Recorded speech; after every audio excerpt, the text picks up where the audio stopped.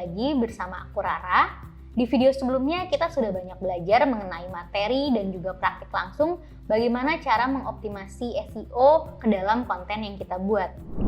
Di video kali ini aku akan mencoba menjawab pertanyaan yang sering kali muncul dari para pemula yang ingin mulai memasuki industri sebagai SEO content writer ataupun mulai mengoptimasi konten menggunakan SEO. Yuk kita simak videonya. Sekarang kita mulai dari pertanyaan pertama.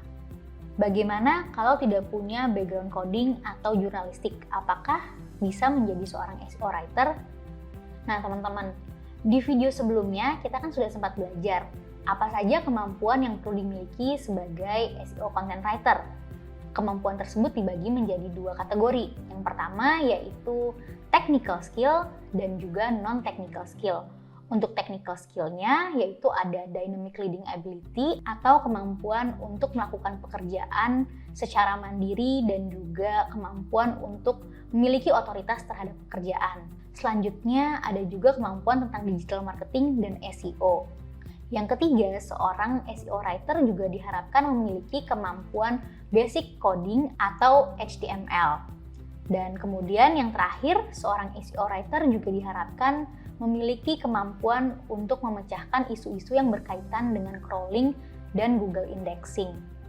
Hal tersebut merupakan kemampuan yang sifatnya teknikal. Dan menurut aku, kemampuan teknikal itu bisa dipelajari sambil jalan atau learning by doing. Karena saat aku memasuki dunia SEO, pada saat itu aku juga tidak memiliki kemampuan untuk memecahkan masalah crawling atau indexing Google. Saat itu juga aku belum memiliki kemampuan basic HTML. Namun di tempat kerja, aku mempelajari itu sambil aku langsung praktik hal tersebut di pekerjaan aku. Nah, jadi teman-teman tidak perlu khawatir. Teman-teman bisa mengembangkan kemampuan di bagian non-technical skill. Karena sebagai seorang SEO content writer, kita juga diharapkan memiliki kemampuan non-technical skill. Antara lain critical thinking, analytical thinking, research skill, dan juga communication skill. Menurutku, dua kemampuan yang paling penting untuk dimiliki pemula ketika ingin memasuki dunia SEO yaitu adalah kemampuan analytical skill dan juga research, yaitu kemampuan menganalisis data dan juga melakukan penelitian data. Karena proses SEO dimulai dari proses penelitian, mulai dari penelitian audiens, penelitian topik, penelitian kata kunci, dan juga penelitian kompetitor. Jadi teman-teman akan banyak sekali bertemu dengan materi-materi penelitian saat melakukan optimasi SEO. Makanya kemampuan itu sangat dibutuhkan bagi pemula. Selain itu, analytical skill juga sangat penting agar teman-teman bisa mengolah data yang teman-teman temukan dari proses research tersebut atau proses penelitian yang teman-teman lakukan sebelumnya. Jadi teman-teman tidak perlu khawatir ketika teman-teman belum memiliki kemampuan coding atau kemampuan jurnalistik, karena kemampuan tersebut bisa diasah selagi teman-teman memiliki keinginan untuk belajar dan terus mengembangkan diri saat ingin menjadi seorang SEO content writer. Kita masuk ke pertanyaan kedua. Apakah SEO dapat dipakai untuk semua bisnis? Teman-teman masih ingat nggak kita pernah membahas tentang penggunaan search engine yang dilakukan oleh masyarakat secara umum. Yaitu menurut data oleh SimilarWeb, disebutkan bahwa pengguna internet berusia 16 sampai 64 tahun, yang tentu ini adalah dominasi pengguna internet di Indonesia, masih mencari berbagai produk dan merek melalui search engine. Bahkan ini jumlahnya paling besar di antara media-media lainnya. Tentu saja ketika mereka ingin mencari produk, apapun itu mereka menggunakan search engine.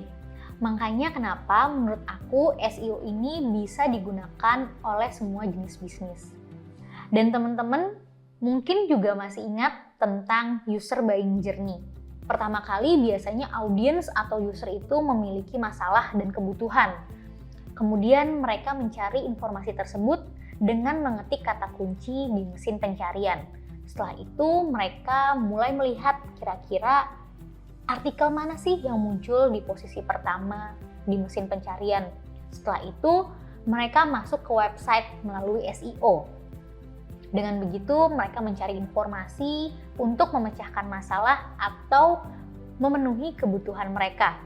Dari informasi tersebut mereka berpotensi untuk menjadi pembeli atau mungkin menjadi pelanggan, atau mungkin juga hanya sekedar membandingkan harga dan membandingkan sebuah produk.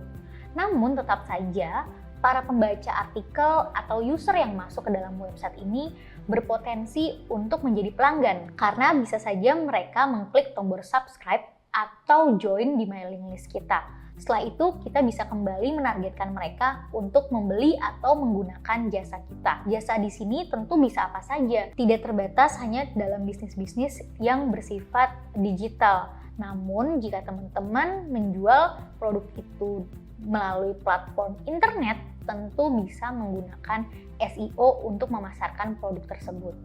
Jadi menurut aku memang SEO sangat bisa digunakan oleh semua bisnis atau produk dan jasa.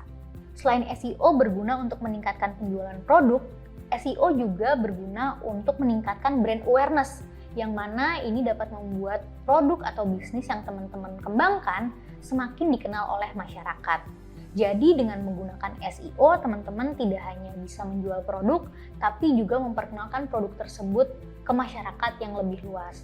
Karena traffic SEO tidak hanya terbatas pada pengguna tertentu saja. Ketika kita mengoptimasi konten atau mengoptimasi website menggunakan SEO, maka ketika muncul di posisi pertama atau di mesin pencarian Google, dia akan dibagikan kepada seluruh pengguna yang menggunakan kata kunci tertentu yang berkaitan dengan bisnis kita.